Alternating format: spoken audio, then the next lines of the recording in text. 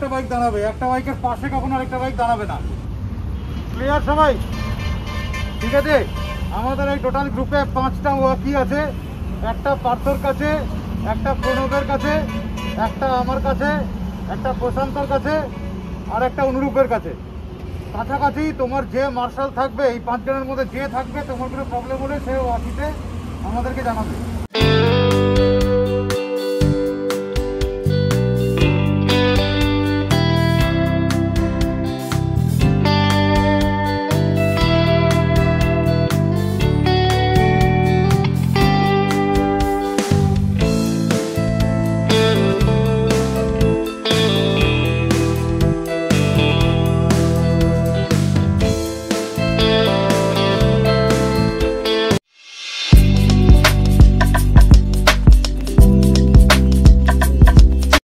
Welcome guys, welcome to a new blog.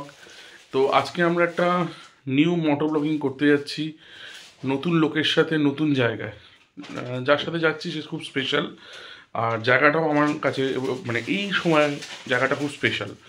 তো আমরা অনেক দিন বাদে আমাদের ইউটিউব চ্যানেলে অনেক বছর আমরা কোনো ব্লগ আনতে পারিনি, কারণ আমরা কোনো জায়গায় ভিজিট করতে পারিনি কাজের চাপের জন্য। এবার থেকে আশা করছি রেগুলার আমরা ব্লগ আনবো এবং মোটর ব্লগিংয়ের ওপরে স্পেশাল ফোকাস করব। তো তোমরা সাপোর্ট দিও, দেখতে থাকো ব্লগটা, আর কোথায় কোথায় ভুলভ্রান্তি হচ্ছে সেটাও বলবে, যে অনেক দিন বাদে করছি তো হয়তো ভুলভ্রান্তি হতে পারে। নতুন নতুন কিছু সেট আপ নিয়ে এসেছি, হ্যাঁ। আর তোমরা তো আমার স্ক্র্যামকে দেখেইছো, তো সেই স্ক্র্যামে করে আজকে যাব, মোটামুটি 300 কিলোমিটার রাইড করব এবং নতুন একটা জায়গা এক্সপ্লোর করব। তো চলো আমরা এবার মোটর ব্লগিং সেট আপের দিকে যাই আর এগোতে থাকি প্রথম মিড পয়েন্টে, যেখানে আমাদের প্রথম আমরা মিট করব সবার সাথে, সেই মিড পয়েন্টের দিকে আমরা যেতে থাকি। তো চলো, আর এখন বাজে মোটামুটি প্রায় 5:45, আমাদের মিড পয়েন্ট হচ্ছে 5:10। তো ওর দিকে আগে এগোতে থাকি। সো আমরা মোটো ব্লগিং সেট আপে চলে এসেছি, এই bike ready, luggage Susmita carry করছে। এবারে টেলার নিয়ে নিই, এবার বেরোবো, বাবা দাঁড়িয়ে আছে। তো চলো ডেস্টিনেশনের দিকে এগোনো যাক। তাই চলো আজকে যাত্রাধারা শুরু করি। গ্লাভসটা পরে নি, চারিদিকে অন্ধকার হয়ে রয়েছে পুরো একদম। লাইটটা সেখানে হেডলাইটটা জ্বালিয়ে রেখেছি। তো এখন বাজে প্রায় 4:45 মতন বাজে। সুস্মিতা লাগেজ নিয়ে রেডি, আর সামনেটা দেখো এত অন্ধকার যে হেডলাইটই সব কিছু করতে হচ্ছে। তো এবার আমরা আস্তে আস্তে এগিয়ে যাচ্ছি মাঠকলের দিকে। মাঠকলে ওদের মিটিং পয়েন্ট বলেছিল, তো চলো মাঠকলের দিকটা আস্তে আস্তে এগোতে থাকি। তো এবার আমরা পৌঁছে গেছি মাঠকলের কাছে, এখন প্রায় 5:15 হয়ে গেছে। মাঠকলের ঢালু জায়গাটা উঠছি, এটা প্রায় আমাদের একটা বলতে পারো অফ রোডিং, খুব সাবধানে উঠতে হয়, মানে উপর দিয়ে গাড়িগুলো যায়, দেন এটাকে ক্রস করতে হয়। তো এখানে এসে দাঁড়ালাম, তো এবার ওয়েট করি কিছুক্ষণ। রাস্তা মোটামুটি ফাঁকা আছে, কারণ এখন ভোরবেলায় লরিগুলো যাচ্ছে আর কিছু কিছু গাড়িও যাচ্ছে, প্রাইভেট কারও যাচ্ছে। তো ওরা বললো যে না, এখন তোমাদের চলে যেতে, একটু এগিয়ে যেতে টুয়ার্ডস ডানকুনির দিকে। তো তারপরে ওরা ওখানে গিয়ে আমাদের মিট করে নেবে। তো বাহ, এই সুন্দর ওয়েদারে বেশ আমাদের ভালো লাগছে। রাস্তাঘাট খুবই সুন্দর। আমরা চায়ের দোকান খুঁজছি, দেখি কোনো চায়ের দোকান পাওয়া যায় কিনা। প্রচণ্ড খিদেও পেয়ে গেছে যেতে যেতে। আর আস্তে আস্তে সকাল হচ্ছে, সে হেডলাইটেতে লাইটটা আস্তে আস্তে মানে উঠতে থাকছে আস্তে আস্তে। আর খুব আস্তে আস্তে চালাচ্ছি, কারণ অন্ধকার হয়ে আছে। তো এবার আমরা পৌঁছে গেছি দক্ষিণেশ্বর আলমবাজারের কাছে। আমার ক্যামেরাটা ঠিকঠাক সেট হয়নি, এই জন্য একটু ভিউটা একটু ভালো আসছে না। পরের বার থেকে ক্যামেরাটা এবার সেটিং করে নেবো। তো চলে এলাম ডানকুনির বিবেকানন্দ সেতুর সামনে, এখানে একটু দাঁড়াই, ওয়েট করি। দক্ষিণেশ্বর ব্রিজের ওপরে, বালি ব্রিজের ওপরে, দেখি ওরা কতক্ষণে আসে। আরেকজন তো বালাকামায় ডেকেই গেছে পুরো, হ্যাঁ। তো যাই হোক, ওয়েট করি।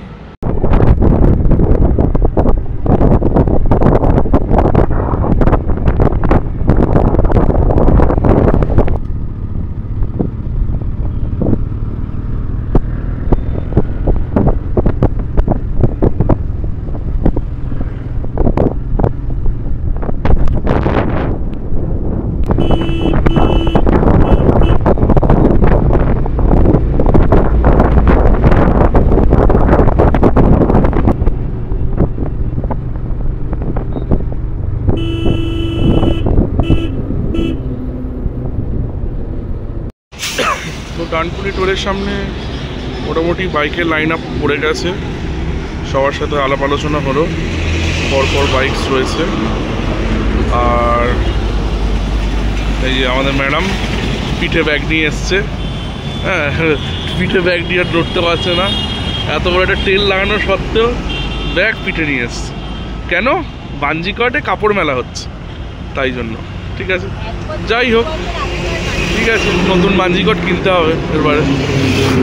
আর চলো এবারে দেখা যাক এখান থেকে কতক্ষণে রওনা হন এনারা। তো আমরা ফাইনালি ফিডব্যাক ফর্ম পেয়ে গেলাম। তো এটা ফিল আপ করে আমরা আস্তে আস্তে এগোতে শুরু করলাম টুয়ার্ডস বর্ধমানের দিকে। তো বর্ধমান যেতে যেতে কত জ্যাম আমরা পেলাম, বিশাল জ্যাম পাচ্ছি এখন। এরকম জ্যাম যে কেন হচ্ছে বুঝতে পারছি না। তো এখান থেকে যা হোক করে কাটাতে হবে, কোনো জায়গা পাচ্ছি না। এদিক দিয়ে দেখি ছোটো জায়গাটা পাই কিনা, না এদিকে আর জায়গা নেই, একটু দাঁড়াই। তো ফাইনালি একটা ছোট্ট জায়গা পেয়ে গেছি, সেখান থেকে ক্রস ওভার করার চেষ্টা করছি। এত জ্যাম এই ফার্স্ট টাইম বর্ধমানের রাস্তায় দেখলাম। তো ডান দিক দিয়ে যাই, কোনো না কোনো তো জায়গা পাবোই। চলো চলো চলো চলো, হ্যাঁ ফাইনালি পেলাম। পেয়ে আমরা আস্তে আস্তে এগোচ্ছি। এই সরু জায়গাটা দিয়ে ক্রস করতেই হবে, না হলে হবে না, না হলে পসিবল না। তো যাই, এটা অফ রোডিং হয়ে যাবে। তো চলো এই রাস্তাটা দিয়ে আস্তে আস্তে নামি,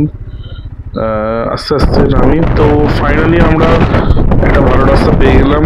উল্টো দিকের রাস্তা দিয়ে গিয়ে এসে আমরা এই রাস্তাটা পেলাম। তো আমাদের পার্থদার সামনে যাচ্ছে দেখতে পাচ্ছি। তো আমরা আস্তে আস্তে তাহলে এগিয়ে যাই। অনেকটা টাইম হয়ে গেল, এখনো বর্ধমান পৌঁছাতে পারিনি, হালকা হালকা বৃষ্টিও হচ্ছে।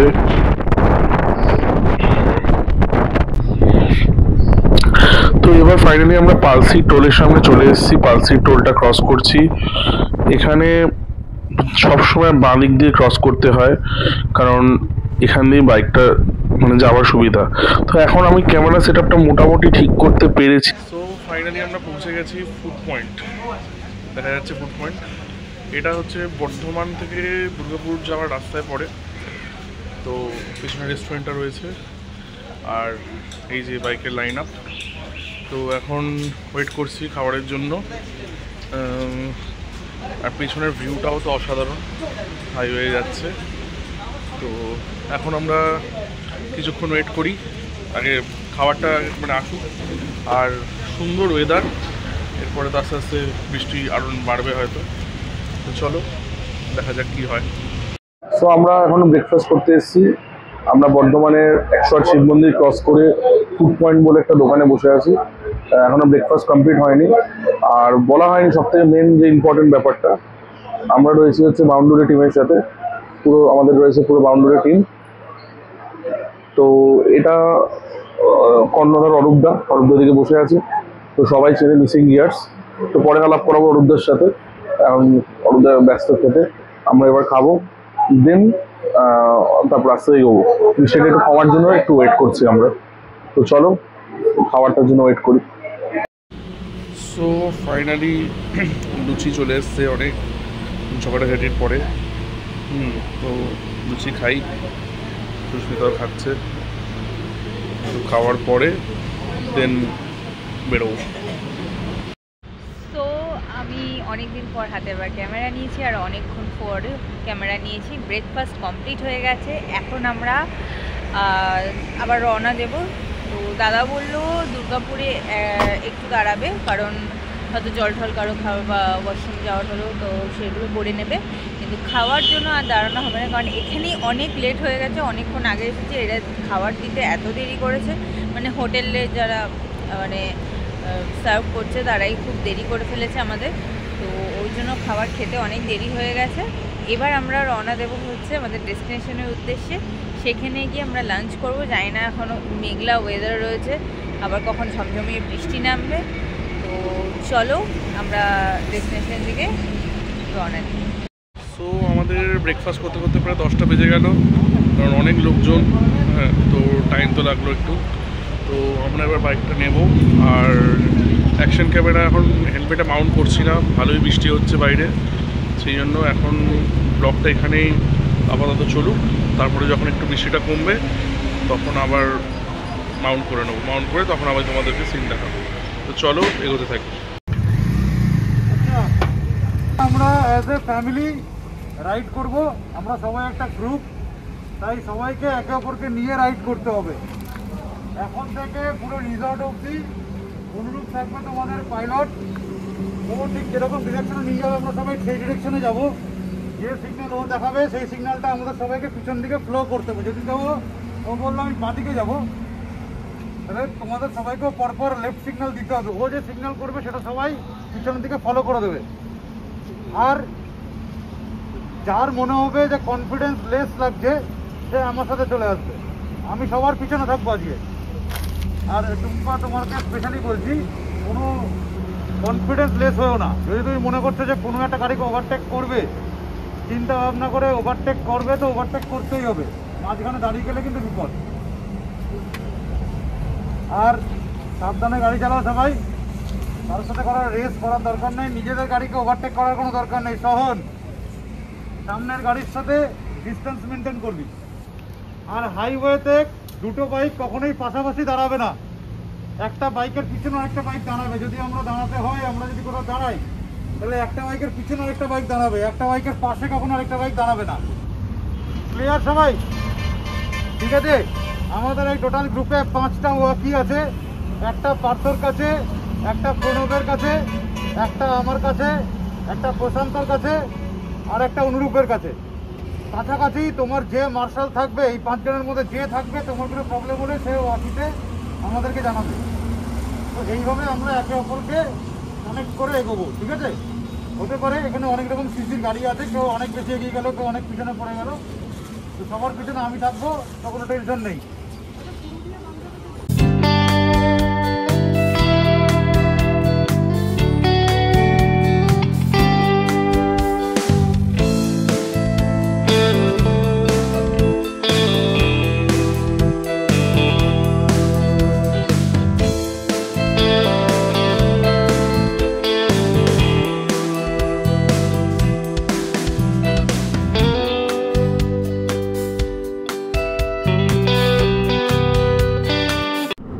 দুর্গাপুর ঢোকার আগে একটা ব্রিজ পড়লো, সে ব্রিজে আমরা কিছুক্ষণ দাঁড়ালাম, কারণ আমাদের কিছু লোকজন তেল ভরছে। তো আমাদের এখন আপাতত তেলের দরকার নেই, তাই ব্রিজে দাঁড়িয়ে আছি। সবার তেল ভরা হয়ে গেল। এবার আমরা দামোদর নদী ক্রস করে দুর্গাপুরের দিকে যাচ্ছি। দামোদর নদী প্রায় শুকিয়ে গেছে, কিছুটা রয়েছে, কিছুটা শুকিয়ে গেছে। বাঁ দিকে দামোদর নদী ছিল, ডান দিকেও ছিল। রাস্তা খুব পরিষ্কার। আর এখন আমরা পৌঁছে গেছি দুর্গাপুরে। প্রচণ্ড বৃষ্টি হচ্ছে, আর একজনের জন্য ওয়েট করছি, সেও আমাদের সাথে জয়েন করবে। তো এখানে একবারে ওয়েট করে নিচ্ছি, আর একটু সঙ্গে গরম চাও খাচ্ছি। তো আমরা এখন দাঁড়িয়ে আছি একটা সার্ভিস রোডে। এখানে এটা মেনলি রানীগঞ্জে আমরা এসেছি, এটা রানীগঞ্জ। তো রানীগঞ্জ থেকে আমাদের মেনলি বাঁ দিকে চলে যেতে হবে। তো সেখানে একটা সার্ভিস রোড ধরতে হবে, সেই সার্ভিস রোডে দাঁড়িয়ে আছি। গুগল ম্যাপে দেখা যাচ্ছে, দেখো এই সার্ভিস রোডটা ধরে আমাদের চলে যেতে হবে টুয়ার্ডস পুরুলিয়ার দিকে। তো এবার আমরা ওয়েট করছি, সবাই যাতে সার্ভিস রোডটা ভুলে না যায়, সেই জন্য আমরা ওয়েট করছি, সবাইকে একসাথে নিয়ে এগোবো। তো আমরা এখন খেতে নেমেছি রানীগঞ্জে, পরে একটা স্টপেজ সাহেবগঞ্জ। খিদে পেয়ে গেছিলো, তো ভাত, ডিমের অমলেট যা পেয়েছি খেয়ে নিয়েছি। তো এবার বৃষ্টিটাও একটু কমে এসছে, তো সবার খাওয়া দাওয়া কমপ্লিট হলে দেন আমরা বেরোবো।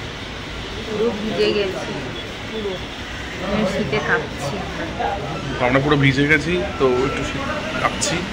তো জাস্ট প্যান্টটা ভিজেছে, জামাটা অতটা ভেজেনি। হ্যাঁ, যাই হোক, ঠিক আছে, সব কিছু নিয়েই তো রাইড। তো চলো এগোতে থাকি। সো আমরা একটা লেভেল ক্রসিংয়ে দাঁড়িয়ে আছি আসানসোল ক্রস করে পুরুলিয়ার দিকে যাওয়ার সময়। প্রচণ্ড বৃষ্টি হচ্ছিল, আমরা ক্যামেরা বের করতে পারছি না। যখনই সুযোগ পাচ্ছি ক্যামেরা বের করে ছবি তুলছি। এখন বাজে সবে 10টা, সবে না, অনেক রাত হয়ে গেছে। সেই দুপুরের পরে তোমাদেরকে যে দেখিয়েছিলাম ব্লগটা, তারপরে আর কোনোভাবে আমরা ফোন বের করতে পারিনি। কেন? এত পরিমাণে বৃষ্টি হয়েছে, আর এত পরিমাণে আমরা ভিজেছি বৃষ্টিতে। তো আমরা সেই জন্য ফোন বের করতে পারিনি, ক্যামেরা বের করতে পারিনি, কিচ্ছু বের করতে পারিনি।